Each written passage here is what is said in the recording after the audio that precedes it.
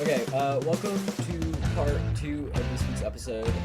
If you want to listen to some comics news, go listen to part 1, which will just be like right above this one, or right below it, depending on, I guess, what platform you're on.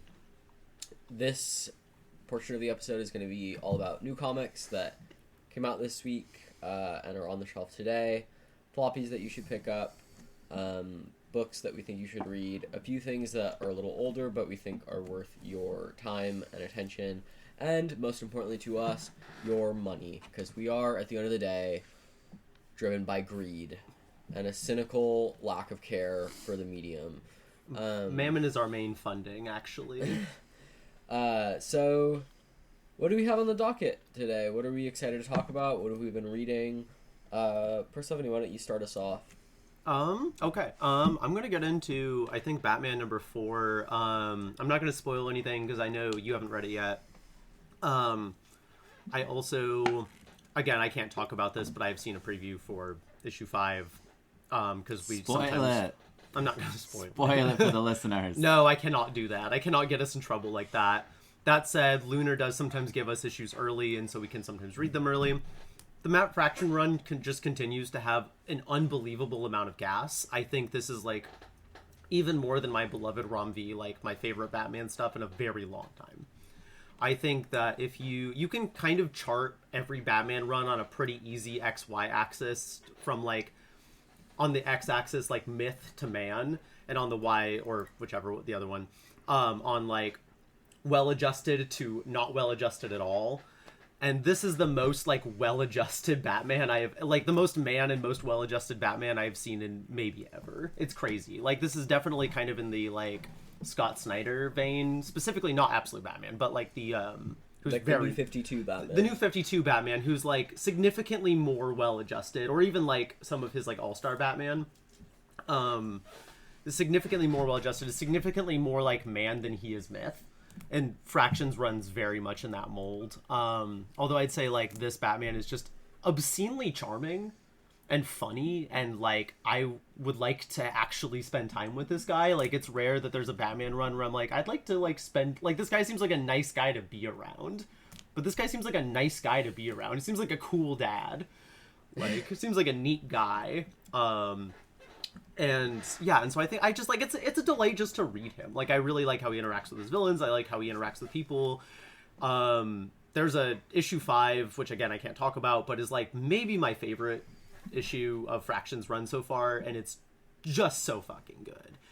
And I really like what Fractions kind of setting up here with issue 4, with this kind of this labyrinth of crime, this kind of, like, organized crime as an algorithm. I don't want to go too much farther than that because, you know, for lack of spoilers, but it's just, like, incredible stuff. Like, it's funny, it's charming, it's, like, really smart. It's kind of tackling things a little bit to the side of ways I expect, on a pretty consistent basis. Like, all of the character voices are spectacular, and Jimenez just continues to be, like, an unmissable talent. Like, I've always thought he's been really great. He's worked on Batman for a long time. He's worked on other DC projects for a long time. But he's just really, like, going off here in ways that I am just consistently, like, awestruck by. Like, he has a sense of momentum in his action that is just incredible. There's, like, an incredible legibility to his work. Like, the character acting is really strong. The environments are really good. Like, the way he plays with, like, the page is really good. I just think this is just an astonishing title. And if you had told... Like, I was excited for Fractions Batman from the jump, but, like, if you had told me that a mainline Batman title was going to be one of the best things DC was putting out, I probably would have laughed in your face. But it is. It's really good. I can't wait to have this in a beautiful little trade. Yeah. I'm a huge fan of this run. Have you... Oh, my God. I'm blanking on the name of the run. Do you remember the Batman run that was, like, weekly for a year? That kind of... Oh, God. That was... Yeah, Batman... It's the omnibus Eternal? on the shelf. Yeah, Batman Eternal. Have you read Batman Eternal? I've seen pieces of it. I've seen pieces of it. I think it's got, like, a similar... It's got a... I mean, I think it is Scott Snyder writing it. Snyder and Tynion. Yeah. It's got, Williamson, maybe, too? It's got a very similar kind of vibe, both the New 52 Batman, which makes sense because it takes place, I think, in that era, and it's written by Snyder. But it's got, like, a similar vibe to what you were describing with the kind of, like, Batman as man, you know? And I think it's also, like, it's the best articulation of, like, Batman driven to the brink that I've ever seen. Because I think Killing Joke kind of, like, made that a popular theme. Yeah. And, like, you see that in, like, the original Bane storyline and stuff, but I think it's not done as well as it is in Batman Eternal, and there's a really strong focus on the Bat family in the same way that there is in this Matt Fraction run. Definitely read it. I also think that's, like, a really good one to read in omnibus form, because I sat down and, like, read it all online, just, like, issue to issue for, like, all 52 issues or whatever. I guess 51 issues. Because it was coming out, like, weekly for a year, and it was super, super fun. And it's all one coherent sort of standalone series. And it's not a hefty omnibus either. Okay. It's kind of on, like, the smaller end of omnibuses, which, I mean, obviously that's not exactly a paperback, but it's more easy to read. So I think if you're looking for, like, a good Batman omnibus to give someone and you're into this Matt Fraction run, Batman Eternal is a really good option. Yeah. Also, if you're a fan of Tinian and Alvaro Martinez Bueno, who do Nice House by the Lake, Nice House by the Sea, because they started working together on that book and on Tinian's Detective, which was running at the same time. Yeah. So that's another angle if you kind of like Tinian.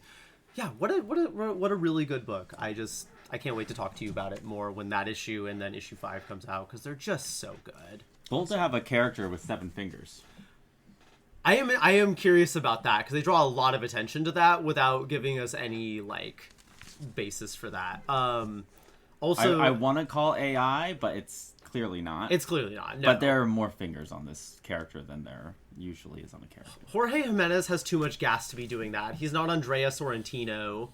I'm sorry, Andrea Sorrentino. I like the guy, but he got caught using AI on fucking Chip Zdarsky's Batman. Like, sorry, he did it. Like, is that the Joker with too many abs? Yeah, it's the Joker with too many abs. It's like he clearly put that through a filter, and it's like, Sorrentino, you have gas. You didn't need to be doing that. Yeah. But, you know, something deadlines. Like, we could have a bigger conversation about how deadlines crush people, which could maybe be a good transition to get into Absolute Green Lantern. I mean, but whenever someone screams deadlines in American comics, I'm always kind of just like, damn, glad you're not in Japan, you know? Like, pumping out 26, 30 pages a week, you know? That's true, though. Like, I think, like, the deadlines, sure, like, I think it's, like, a bit of a bummer from an industry perspective, but it's also, like, that's, like, the basis of the capes industry. I think there should probably be, like, more room for someone to be like, hey, I want to do this book, but I think it would work better in a trade paperback format. I think maybe there's, like, an editorial thing, too, with scheduling where and I don't know if they're doing this or not, but it seems like they may not have been. Although with Batman, it seems like they might have had a couple issues coming down the pipe already. Like, I think there's some good, like, Brian K. Vaughan interviews about this from Image. Like, he will... I think Robert Kirkman will do this, too. Robert Kirkman does this with... did this with Outcast, I know, and Oblivion Song, I think, as well.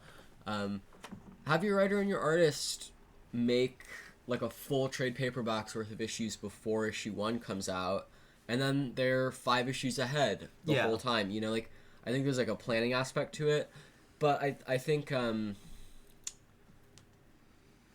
if...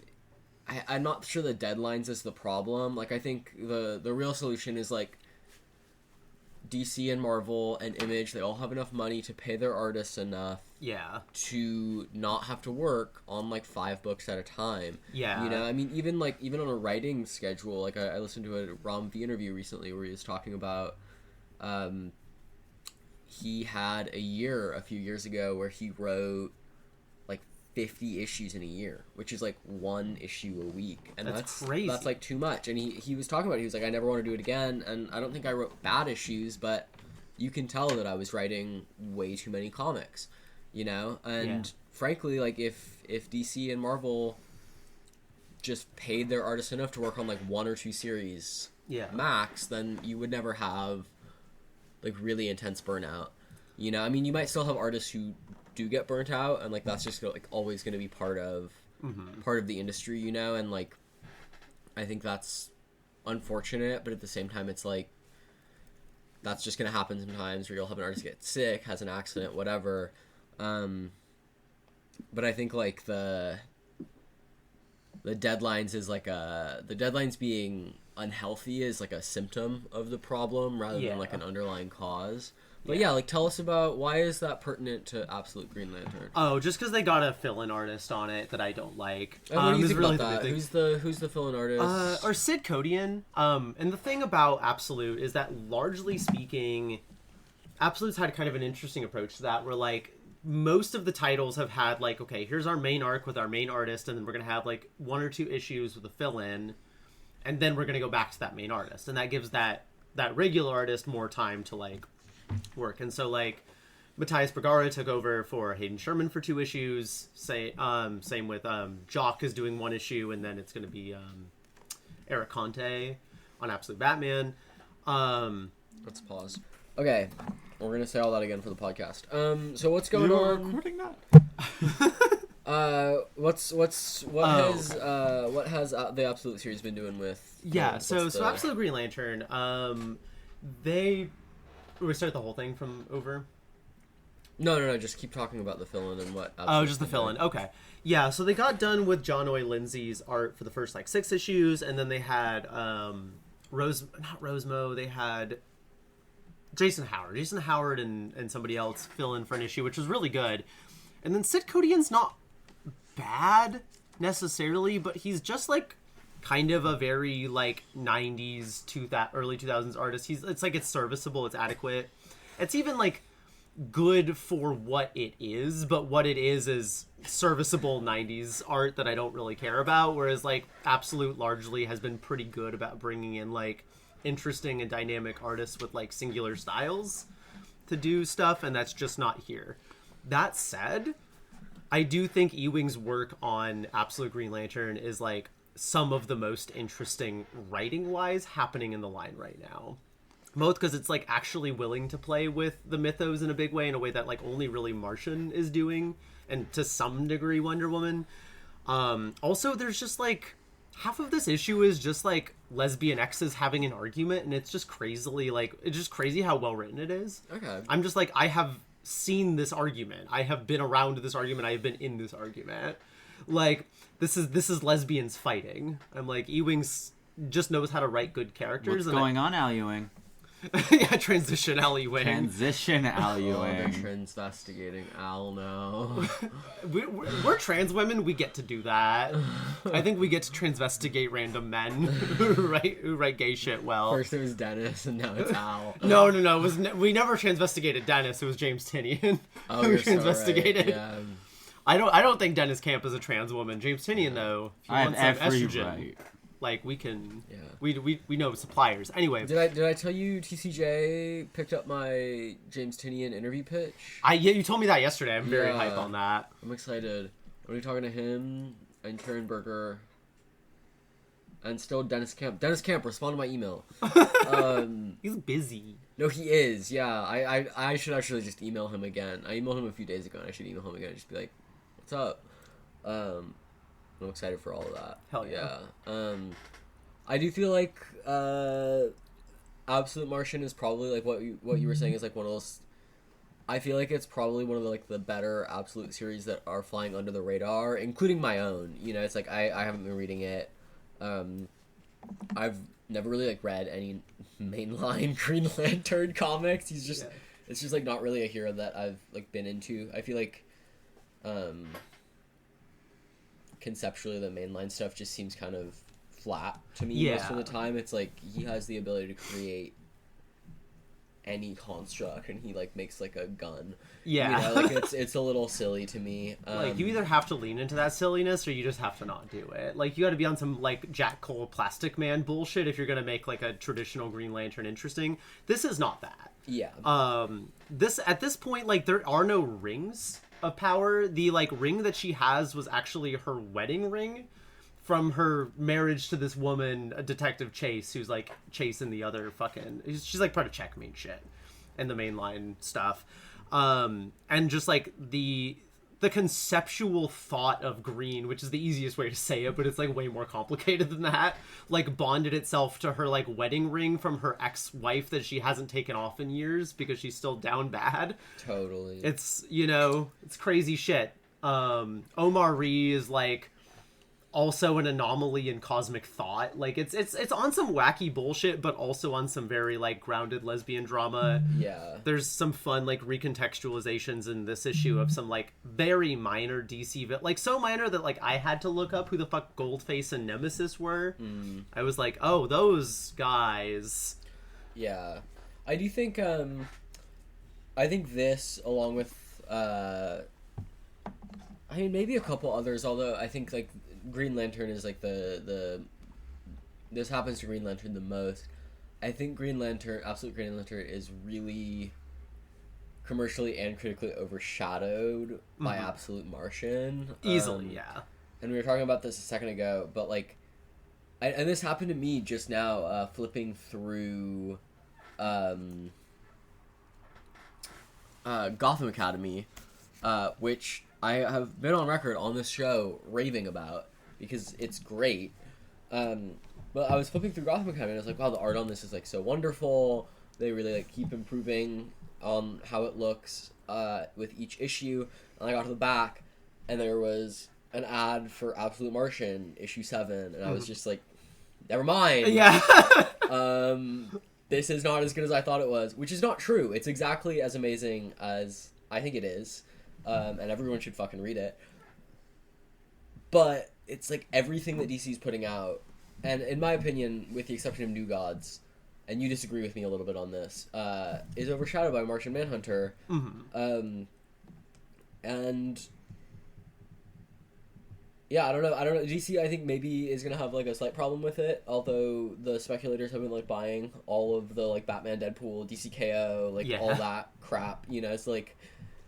It seems like they're probably doing fine, Brief side note, I don't disagree in that I think New Gods is bad. I think New Gods is actually the second best book that DC is putting out. I think it's so unbelievably fucking good and cooks with so much gas. I'm just like so particularly obsessed with Martian. Yeah. That said, New Gods is amazing and you should all read it. It's like unbelievably good. I also think too it's funny because I think Absolute Batman and Absolute Wonder Woman have been selling a lot better, I think, than Absolute Green Lantern has. And they're not as good as Absolute Martian by like a solid 1 or 2 kind of ladder rungs of quality. But they have, I think, way more recognition for one.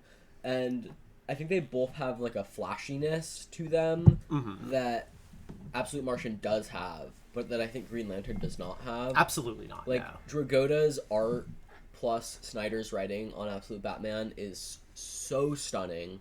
And it's like he's like 7'6" and like 600 pounds or whatever of pure muscle, and like he can punch you through a wall and like all this stuff, and it's like it's very dynamic and bombastic. And I mean, we were talking a second ago too, like the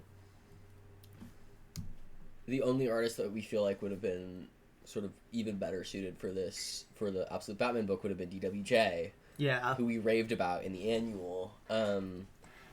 And who I would love to see write more superhero books. Yeah, he's fucking great at it. Put him on any of the big titles, honestly. Like, don't have him write Hulk or whatever, just because he's like the punchy guy. Welcome in. Put him on Spider-Man. Put him on frickin' Plastic Man. Put him on fucking Plastic Man. Put him on Plastic Man. I would love to see DWJ tell like a touching family story on Fantastic Four. He would also be so gassed on Fantastic Four. It would be so fun. It would be beautiful, and like he could really focus on like the kind of found family aspect of it with the kids and the like Fantastic Four themselves and like what that means. There would have to be a wrestling scene somehow. Oh, there would be. Yeah. There would be. Like they would become wrestlers for an issue, Yeah. and it would be so good. Yeah. I want to see the Thing Like Elastic Man as like a pro wrestler would be so sick, you know? The Thing like bouncing off of him like the rope. Yeah, oh, I of could a see it. fucking wrestling ring. Yeah. Like throwing himself off of like elastic. Oh, it would be so sick. It'd be really good. Yeah, I read the new Fantastic Four issue this week. It's very good. Excellent. And Ryan North has been really hyping up Sue Storm in a way that I really fuck with, because Yeah. I feel like she's like a sleeper character. Yeah, she's great. Any good Fantastic Four writer, you can tell if they're good by how much they like give Susan Storm. Because if they're giving Susan Storm nothing, they ain't shit. Yeah, like this is the start of, I think the first 2 or 3 issues are one storyline where they beat Doctor Doom, and then there's a couple like episodic self-contained storylines for the next couple issues. I think this is issue 5, I want to say. 5 or Issue 6? 6, yeah, wow, time flies. And issue 6 starts the first multi-issue arc, and it's called Invincible Woman. So you know I was hyped for that. And he makes her really smart too. Like in this issue, he has her trick aliens into believing she has like the power to stop planets, to scare them away from like invading Earth by like refracting light using her shields and stuff, so that it looks like she's created an eclipse of the moon. So it looks like she's manipulated the celestial bodies of the Earth and the moon. And like, I mean, it's science fiction, you know, so it's like the science isn't necessarily real, but like she's really quick on her feet to think and stuff, and it's not at all the Fantastic Four movie thing where it's like she is sexy lady that Doctor Doom and Reed Richards fight over or whatever, you know. She's like very much her own person. She gets like as much banter as all the other characters, which is great. And honestly, like all of them are awesome.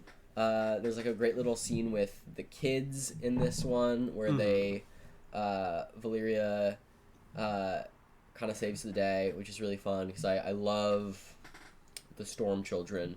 They're so good. They're so fun. Thank you, Jonathan Hickman, for centering those kids in the Fantastic Four mythos, because I do feel like, much the same way that he left his mark on the X-Men, for better or for worse, he also left his mark on the Fantastic Four, especially with the way that the children are written. And I don't know, it's a really fun run. I think if you kind of like checked out from after Hickman's run, because you were like, nothing could get better than this. I'm not saying this is going to be better than Hickman's run, but you will enjoy it, and it does feel like Ryan North really just enjoys the characters he's writing, which for me is like 90% of the battle with a Capes comic is, does it feel like you are really psyched to be writing Daredevil? Yeah. Which the last few issues did not feel like that for Daredevil, but Historically they really, has not been in a long time. But they really felt like that in Fantastic Four. So go pick it up. The art's really solid too. It's Humberto Ramos doing pencils, and then Victor Olazaba inker. And I don't know a ton about the colorist, Edgar Delgado. Oh, he's like a Marvel mainstay. Like if you're flipping through Marvel books within the last like, I don't know, it feels like 10 plus years. Like that's probably why I don't know. he's kind of a Marvel workhorse guy. Like, yeah, part of the dugout. Part of the dugout. Yeah, that's a good way to put it. We're better than workhorse. Yeah, workhorse is not a kind way to describe a person. No, and I don't think I'd call him well, he's an artist. Yeah, he's an artist. Jeez. Yeah. I didn't mean that connotation. He's part of the dugout. That's a much better way of putting it. That said, there are some colors at Marvel that are just not doing remotely good work. Yeah, but he's doing a really good job on this. I think it's got like a bit of a kind of a bit of like a Ryan Otley Spider-Man sort of vibe, which he may have colored the Otley Spider-Man, honestly. I wouldn't be surprised. I think he did, yeah, actually, now that you mention it. But it's really wonderful, and highly recommend. It looks great, yeah. Yeah. Let me see. I wonder if he did color Ryan Otley's Spider-Man. While we're talking about that, we could use that to transition about Daredevil to Ultimate Universe 2 years in. Oh, yeah. Yeah, so Ultimate Daredevil shows up in here. And I'll say that we were both bummed that Ultimate Daredevil has not been more utilized. I will say, without spoiling it, because I know you haven't read it yet, the very specific direction they take him in, they could not have done an Ultimate Daredevil. Like, it literally only works in this very narrow context because of what they do with him specifically. That said, what they do with him is super fucking cool and interesting, and has some of the most interesting art in the entire issue. There's like 4 different artists in there. I need to double check all the names, but Javier Pulido does the Ultimate Daredevil section, and it's so good. Like, it's just unbelievably good. Yeah, the rest of Ultimate Universe 2 years in is entirely focused on Ultimate Guardians. Like, entirely focused on Ultimate Guardians, and it's really good. It's really good stuff. Admittedly, I am a sucker for this exact kind of like absurd pop surrealist sci-fi. Like, I am extremely the mark for this. Like, Guardians led by Cosmo the dog, and they're like refracting doing like reality suturing and shit, and I'm like, that's my shit. Like, that, you can get me pretty easy with that shit. But yeah, Javier Pulido goes crazy on it. Mainstay of kind of the Ultimate Universe right now, Phil Noto does some art for it. A couple other people I forget. That Daredevil stuff looks incredible. I'm so excited for it. It's so good. I'm like so mad it's only a couple of pages, but it also could only be a couple of pages given the very specific context. That said, the one thing I will say about it that I think is like so interesting is kind of a thematic conclusion of this work is like the Guardians specifically, their whole thing from like issue 8 where they were like, I think it was issue 8, where they were like, yeah, we came from this like utopian future and this utopian past, and the Maker fucked everything up, and so now we got to come back here and fix it. And what they kind of learn is like, in that, like, there is no sainted vaulted past. Like, there is no utopian past from which like the Maker fucked everything up. It's like there's always been chaos and violence in the world, and it's like what they're doing should not be to like restore some sainted past and like a left-wing version of like the fascist idea. It's like, no, we should fight for things now because they are worth fighting for. Like, there are things to do now, there are people to help now. It's like not about some mythical past to recreate some mythical past. It's not about like even this far off future necessarily. It's like, who are we now? That makes a lot of, I feel like that makes a lot of sense and kind of ties into their appearance earlier in the Ultimates line with what's her name choosing to stay. Yeah, America Chavez. Yeah, America Chavez choosing to stay in the present and kind of fight for the present, which I thought was really well done and kind of fits with the kind of thematic superstructure of the Ultimates line as a whole, excepting Ultimate Wolverine and Ultimate Black Panther, which just aren't very interesting to me, but no. You know, to each their own. And I mean, the Ultimate X-Men is doing its own thing. I think Peach Momoko's doing kind of the best stuff in that line, other than Spider-Man, which I think 2 very different worlds. Yeah, okay, I'm excited to read that. That'll be fun. Yeah, because I mean, yeah, Ultimate X-Men and Ultimate Spider-Man are like the polar opposite approaches that Ultimate and Absolute are doing. Yeah, and both incredible books in that regard. What do you have over there? That hardcover. There you go. Oh, yes. Oh, yeah. Let's transition. So, speaking about barf fetishes, this entirely came up because of a scene in Punisher Max by Jason Aaron and Steve Dillon. My toxic trait is that I love one of my toxic traits is that I love stories. One of several is that I love stories about broken men breaking each other further. I just love when men are the absolute worst and like their lives descend into misery and shit. So I'm a mark for Punisher Max, which is not like a particularly positive approach to Frank Castle. I've not read the like a lot of the Garth Ennis stuff, as much as that is kind of the seminal run, because like Marvel won't fucking put it in collections anymore. It's just like so much of it's out of print, which is crazy to me. He's too anti-cop. He's too anti-cop. Yeah, I mean, like the new fucking Daredevil show. There's just a scene of him like beating a bunch of cops into the hospital. Yeah. Like with his bare hands. Like he fucking kills like actually no, he just like straight up murders like a lot of cops. All that you do. Yeah, I mean, the reason I feel like that Daredevil gets to beat up cops and Punisher doesn't is because Daredevil's fandom, like, fan base is different from Punisher. You know, like, Yeah.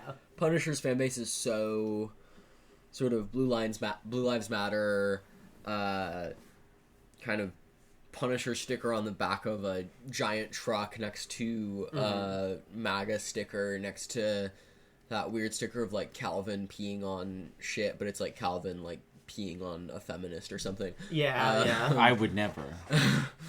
And I think they probably don't want to alienate those specific Punisher fans, you know, because the fandom is like so gross.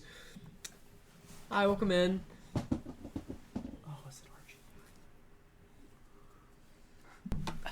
Yeah. So, they don't. I feel like they don't want to alienate that weird, hypersensitive, hyper-masculine, supplement swilling. I will say that's fan been. base. I will say that's been shifting in the last couple of years, and not because they like. In kind of leading back to what we were talking about earlier, like these big companies like can put out like things that would on the face of it seem like radical ideas because they don't actually have to believe these things, they just can sell to different people. And so in the new Daredevil show, like Punisher can just like have a whole like speech where he's like being tortured by cops and he's like, I won't fucking work with any of you pigs, and then he just like kills like a bunch of them, and it's like very explicitly a rejection of that type of fan base, but they can do that because they're going to make $1 bajillion anyway. Yeah. It doesn't actually matter. They can kind of keep like the right-wing Punisher stuff in one corner and the more like pushing against the legacy of the character in another corner. I don't want to call him left-wing Punisher because that's not. I don't know. It's like he's not a particularly political party associated character. Yeah, he's no. doing his own thing, even from like Garth Ennis's run where he is anti-cop or whatever. He's not a leftist. No, you know? he's not a leftist. He's Frank Castle. He's doing Frank things. Yeah, exactly. And so what kind of Frank things is he doing in Punisher Max? What's he getting up to over there? What he's doing in here is, again, like, I haven't read the Garth Ennis stuff, but what is interesting about Jason Aaron's stuff in specific is that, kind of like the original Hellblazer does, he's aging in real time. And so a big kind of tenet of Jason Aaron's run is that, like, he's a 60-year-old man, and, like, he's an inhuman psychopath who's, like, been doing this forever, and he's just been, like, I don't know, hustling and grinding through the agonies, but, like, there's an issue pretty early in where, like, this doctor's like, your body is just beyond fucked in a way that I cannot even imagine, and, like, you have this inhuman will and rage that, like, sustains you, but, like, at the end of the day, you're still, like, a bitter, sad old man, and your body is, like, breaking down. Like, you are, like... the score. The body literally keeps the score. Oh my god. And that's kind of the main tenet of this run, is that, like, after Garth Ennis' run, he, like, decimates the fucking, like, various mobs. And so the kind of the people who are left are like, okay, we're gonna, like, create the idea of the Kingpin, who is, like, this mythical figure. All right, Punisher Max, hit us Okay, with it. yeah. And so... for the folks listening at home, We're all naked. yeah, we're all naked. Persephone's covered in vomit. But the store is also open while we're recording, so if there's weird little jumps in time, it's because we're selling a book to a customer. That's what's going on. Don't worry about us. We're just experiencing time anomalies in the Escapies. Yeah, we're experiencing capitalism. We refuse to do this podcast not on company time because the boss makes $1 and I make a dime. Boss makes a dime and we make a dime, to be real.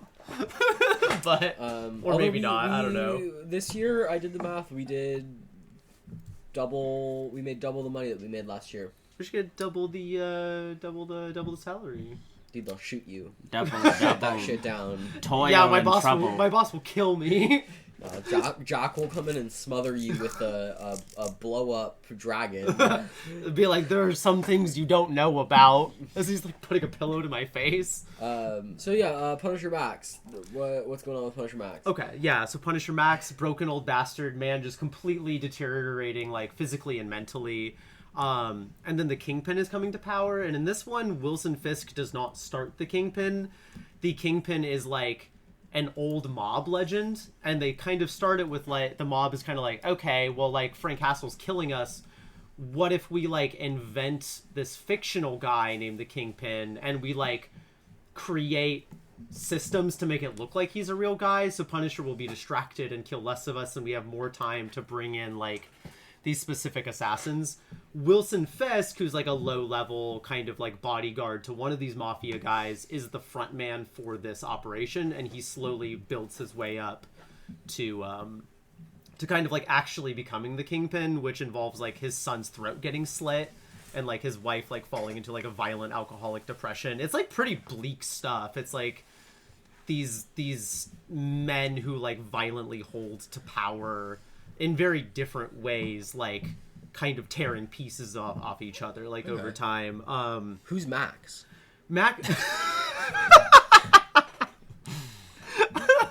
He's a little guy. He's off screen at all times. He's like, "Hey Frank, you gotta. I think we gotta kill this guy, Frank." That's Max. Like the fucking Steven Universe meme. Have you seen that? I did. That's what I was referencing that meme. Yeah. I think we gotta kill this guy, Frank. Damn. That would not be how Frank reacted to killing someone. I think it's funny to imagine that. I would love a version of that Steven Universe meme where it's Frank Castle telling Steven he has to kill this guy. It's Frank Castle telling Daredevil. Yeah, I think we're gonna have to kill this guy, Matt. Damn.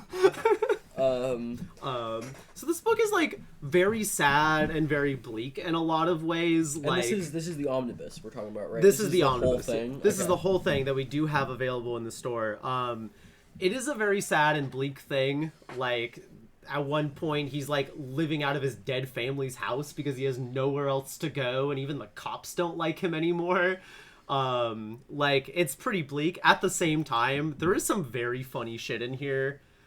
He blows up some Mennonite horses with C4. Damn, figures. If he wasn't busy trying to kill me, I'd ask him what he eats for breakfast. Tree bark and rusty old nails. That'd be my guess. And so it's a very silly book in some ways. It's a very... There's so much violence in this book as you're flipping through it. Like every other page is someone getting shot. Yeah, or horses exploding. Horses exploding with C4. Bullseye is just a nasty little psychopath in ways that are like mostly like kind of actually scary. Like he just like starts sleeping on Frank Castle's family's tombstone like at one point because he's just like trying to get in the Punisher's head. It's the Elektra stuff's kind of a little less interesting, honestly. I never like when Elektra's in a Daredevil comic. I just think she's just so whatever. Yeah, I just also think Jason Aaron doesn't write women like Vanessa Fisk is a little more interesting in this than I expected, but like Jason Aaron not known for his like strong interesting women outside of maybe Scalped. Is this canon?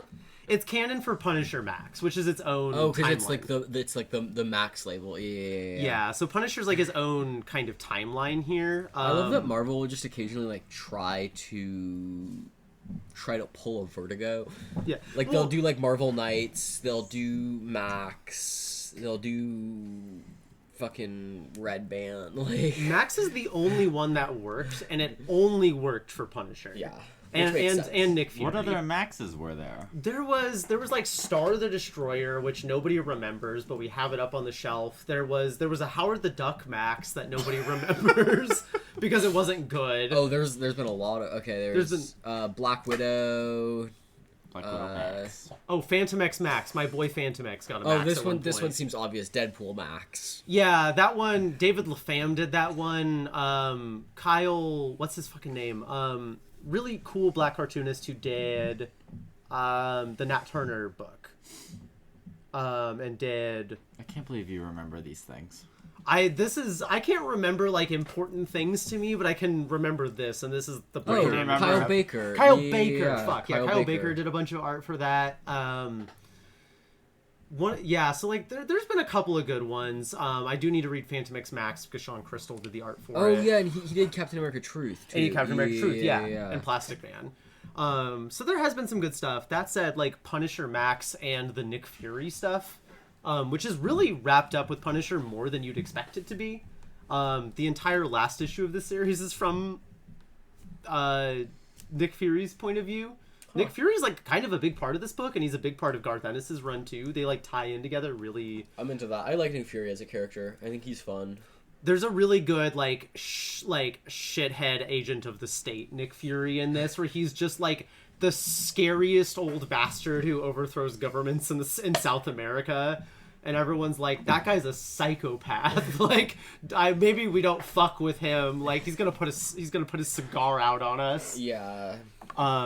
But yeah, I think it's a really good book. I was overall like I'd say like a solid 7 out of 10, which sounds like not a huge recommendation, but it is. Like I think it's a good book. High standards. I don't know. I have really high standards, and like this isn't going to change your fucking life. Yeah. But do I think it's like good Punisher writing? Yeah. Do I think it's like smart work broadly? Yeah. This also is a great omnibus to give as a gift if you want someone to actually read the book object that you're giving them. Yeah. Because it is basically as thick as like a kind of hefty-ish volume of like manga or something. Like, yeah, you could feasibly read this run of Punisher in omnibus format and not once think like, wow, I wish someone had given this to me in trade or something. Yeah. Whereas other books, like Jack Kirby Fourth World or something, like you would just never read all of that in omnibus form without being like, wow, this is not the best way to read these comics. Yeah, this is brutal stuff. Yeah. How much is it? What's the cover price on that? The cover price is $100.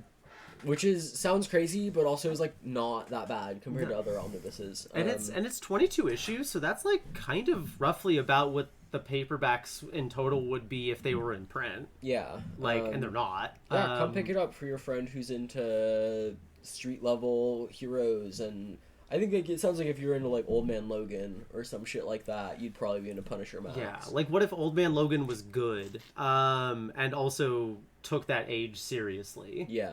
Like because that's the okay. We don't need to rant about Millar's Old Man Logan, but like I just don't think him being an old man is that serious or interesting. Whereas like this is closer to like Hellblazer, where it's like the fucker ages. Yeah. Like. Awesome. I think do you have any books you want to talk about? I have read one thing. What did you read? Squirrel Girl. No, girl, that's great. Talk about that, yeah, please. Chat about Squirrel Girl. What's going on? It's just so. I don't know. It's an old book. So yeah. So was Punisher Max. Punisher Max came out in 2000. This was an older book than Squirrel Girl is. Yeah. Squirrel Girl came out in like 2014. Talk to us about Squirrel Girl. Oh my god. A hero that when I reference her, people think I'm making her up. Well, people know who she is now because of the video game, the Marvel Rivals. Oh yeah. She's become more of a household name because same with Punisher. Punisher is actually when you're playing Marvel Rivals, is you do the tutorial to figure out how to play the game. They make you play as the Punisher first.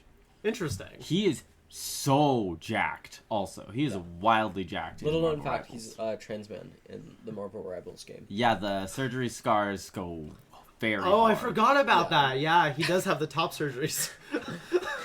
Transmask Punisher would ignite a like fury of discourse we haven't seen since like I sexually identify as an attack helicopter dropped. But talk to us about Squirrel Girl. I want to hear about Squirrel Girl. Yeah. Well, it's Ryan North. And, okay, I think it's like Ryan North, like 2014 or something. Yeah. I had never heard of Squirrel Girl before reading this book. And I started reading it back in like 2020. And for whatever reason, I thought Ryan North invented Squirrel Girl because it's just like all I knew of Ryan North before that was those bizarre dinosaur comics he would do online. And I was like, this man must have just invented Squirrel Girl, a girl with the proportional strength and speed of a squirrel. Like, it just is such a cockamamie idea. And, like, I don't know. Apparently she was invented by someone in, like, the 70s, probably Ditko or something. It feels like a Steve Gerber bit. Yeah. I mean, it feels like a Howard the Duck guy kind of move. I don't know. Steve Ditko. Yeah, I think Was it Ditko? It was Ditko. It was Yeah. Ditko, yeah. Holy shit. Ditko invented Squirrel Girl. Ditko? Damn, that's It crazy. makes sense. Ditko's a weirdo. That is true. I Yeah. think I'm only like 5 issues in, but I bought the omnibus. I thought you'd read all of it. I've read most of it, but I bought the omnibus so I could really get through it. I think my 2 favorite characters in Marvel are Gwenpool and Squirrel Girl. Did you get the Squirrel Girl issue, the back issue that I gave Persephone to Thank give you you? so Okay, much. I'm glad. We've been finding Squirrel Girl issues. Those are the only 2 back there. I hate to tell you. That's number it. 1 and number 37. Like, Yeah, that's like all we have. That's And they were so- in totally different boxes in entirely different sections of the back. That's so funny. I I hope I can get them signed one day. That was the quickest I've ever sold a comic. When I found that Squirrel Girl issue 1, and I went, Squirrel Girl issue 1, and then I just sold every single one to 100% of the human beings in the store. That's so There funny. were 5 people in the store, and everyone converged on me. Like, now I know what it feels like to be, like, the hottest person in a bar. Yeah. Yeah. You know? It felt like insider trading. Like, I came out from the just- back, and, like, everyone wanted me for that brief moment. Squirrel Girl is maybe the silliest comic ever written. It is just like, I think it's the first sort of series that Ryan North was given in becoming a comics book writer for like Marvel, and he just like goes full silly style, does not relent. It is some Looney Tunes type shit, and our first villain is Is it Craven? Craven the Craven the Hunter. Craven the Hunter. I keep wanting to say Conqueror. Craven the Manhunter. Wait, I would so read a Craven hunts Kang through time. That would whip. I would read that shit. Okay, That'd be cool. I'm gonna pitch that. Yeah, that's really good. And yeah. Continue, carry on. Anyways, it's very silly. After the first few issues, we kind of get through this Craven the Hunter arc where she convinces him that she is not a big prize to be hunted because she is part squirrel. She literally has a giant squirrel tail. And I realized rereading this, this is why we draw Squirrel Girl so thick, is because the way she hides her squirrel tail when she's in public is she stuffs it in her pants, and it gives her like a banging fat booty, ass. like a wow. like a fucking fatty. That's one of my favorite character design details. Is just that she has a fat ass. That she because talks. Because she talks. And so, if interesting, you Ryan see North. her in Marvel Rivals, like she has her tail out, but she is drawn like she's got some Chun-Li thighs going on in Marvel Rivals. Well, it probably takes like a lot of like musculature to like move that fucking tail around too. Like the sheer workout of having. God damn, yeah, that's crazy. Also, the Marvel Rivals artists like have been known to just internally make Marvel character porn. Like, I don't mean that. I don't like they are horny people. They make thick women. She's built in Rivals. That's crazy. Yeah. Yeah, that's not a because woman who she's isn't drawn built. so thick in Ryan North's series, and she's drawn thick in Ryan North's series because she's hiding the tail. She's not actually this thick. comparison of how she is in like pre-Marvel Rivals games versus post-Marvel Rivals games is insane. Yeah. This is like normal Batman to absolute Batman. Yeah. Oh my god. I want Absolute Squirrel Girl. I guess it'd be Ultimate Squirrel Girl, but I would read Ultimate Squirrel Girl, but the only difference is she's just even thicker. Like, it's the exact same tonally. It's just Ryan North and Erica Henderson doing their thing again. Because, like, who's gonna top that? But, but she's thick as fuck now. Yeah, she's thick. Well, I mean, we'd all top that. We'd all top Squirrel Girl, okay? Look. Wait, hold on. Is Squirrel Girl an adult? Squirrel Girl's an adult. Squirrel Girl's a bottom. Well, no, I knew that was Squirrel Girl an adult. That's what I needed. In this comic, she's in college. Okay. So. Whew. Okay, I thought so, but I just, with comics, you never know. It's just worth checking. It's an excellent read. I'm really excited to keep going. The art is fantastic. I forget who does it, but it is Erica Henderson. Erica Henderson, yeah, and it is so silly style. Mm-hmm. And we get such an inside look on like the inner turmoil of squirrels, because she speaks to squirrels, and she has Tippy, her favorite squirrel, who hangs out with her at all times, who doesn't think she's being true to herself, as she hides her tail and goes to college. Also, she's so trans. She's in the closet. She's literally so trans. Where I'm at now, Galactus is coming to Earth, and she's the only one who knows that Galactus is coming to Earth, because he devised a way to approach Earth without anybody noticing, but he forgot to hide it from squirrels. So only the squirrels can see it, and squirrels across the globe are freaking out. They're freaking out, and she can hear the squirrels, and they're like, Galactus is coming! And she's like, okay, I guess I gotta go to Galactus. And gotta lock in now. She just stole an Iron Man suit that conformed to her body and made this huge Squirrel Girl robot tail for her, and Whiplash is mad at her. This is one of the things that makes her big in internet superhero discourse, is she's one of the few heroes who is 1v1'd Galactus. Yeah. She's written so OP, and I'm in the initial the Unbeatable Squirrel Girl issues, but eventually I'm gonna get to Squirrel Girl defeats the Marvel Universe, and she literally does. Yeah, the cover of that omnibus is her standing on top of Thanos' unconscious body, flexing. It's so good. Galactus fallen in the background. Dennis Camp should have included her in the Ultimates. He should would have been awesome. Although the comic would have been it would have only been 2 issues. They would have issue 1 recruit Squirrel Girl, issue 2 defeat the Maker. Mm-hmm. Squirrel Girl single-handed.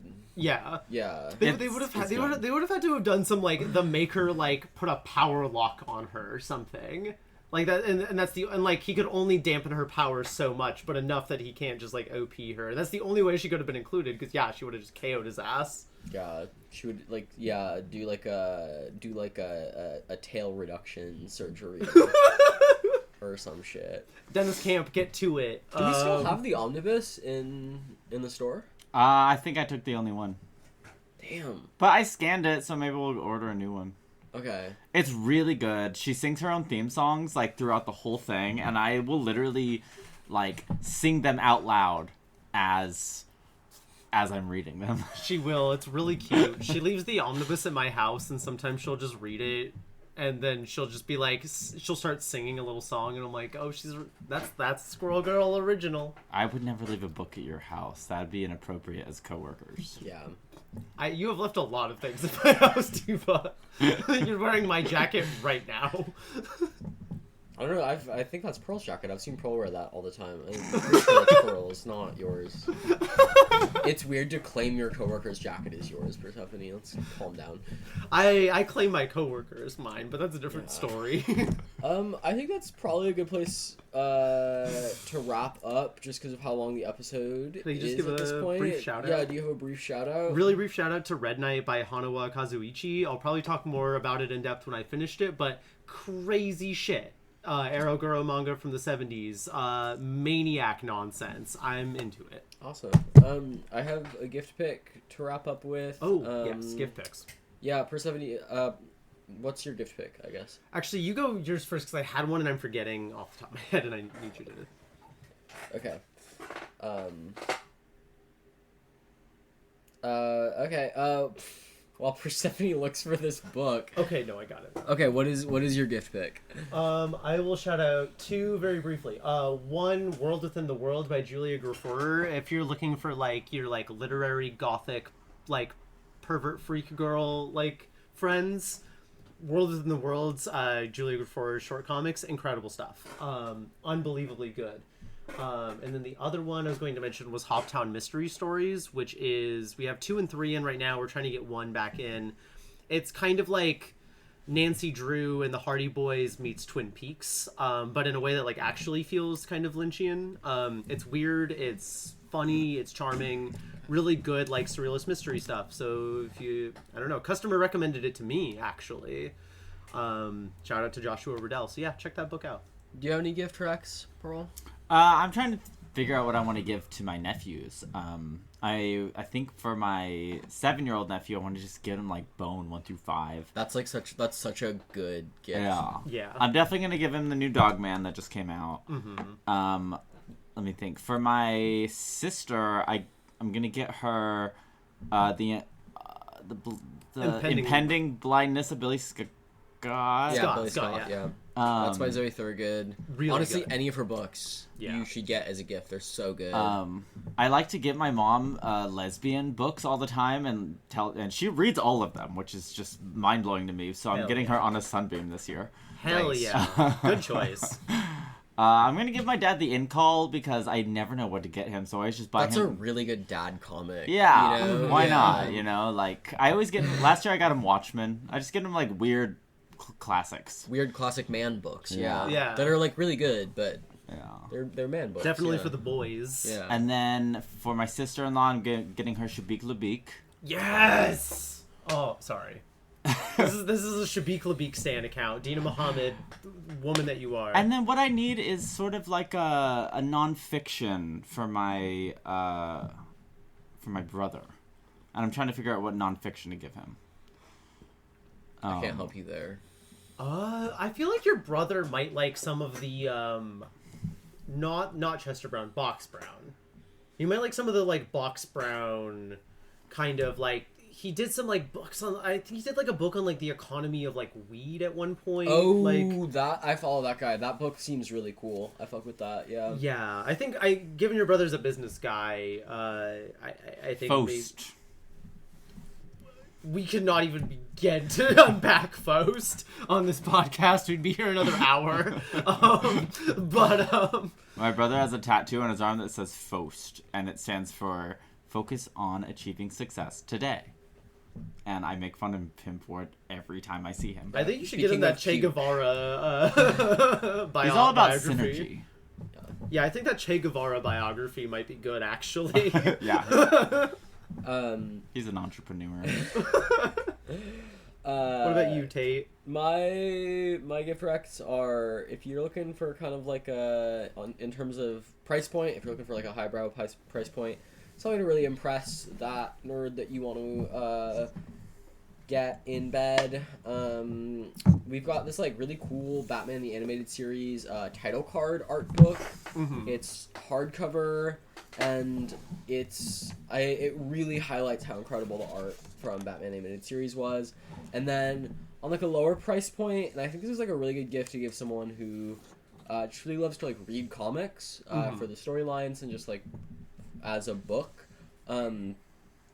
DC made this like really awesome compact edition of, or sorry, not DC. Marvel made this really awesome kind of like digest-sized edition of Hawkeye. Oh, yes. It's Matt Fraction and David Aja's Hawkeye, and that is really incredible. And the art's beautiful, and it's on this kind of like lighter, pulpier paper stock that I really enjoy. Mm-hmm. And it fits really well in the kind of digest size format. So definitely go check those out. They're both on our new books shelf right now, although they'll probably migrate to other areas in the next couple of weeks. Probably in the recommended tables, like, because yeah, that Hawkeye run, you literally can't go wrong. It's like one of the best superhero comics they've ever done. And the only way to read it other than that is in like kind of not really not epic collection, but like soft cover omnibus format, and that's like a $50 book or something. With a lunchbox ass fucking. We were talking about that earlier, where it's like, why does Marvel like have these like really good artists, but then they're like for the interiors, but then their exteriors, they're like, why don't we make it a fucking lunchbox ass fucking cover? Whereas the one you're talking about, the Digest, has David Aja's art, which is the art that sells the book. Yeah, so I would go check those out. I think that's it for us today. Thanks for tuning in. Pearl, sing us out. I am here at the Escapist, and I'm in a little podcast, but that podcast just ended, so I got to go. Ow! Thanks for listening, y'all. Tune in next week.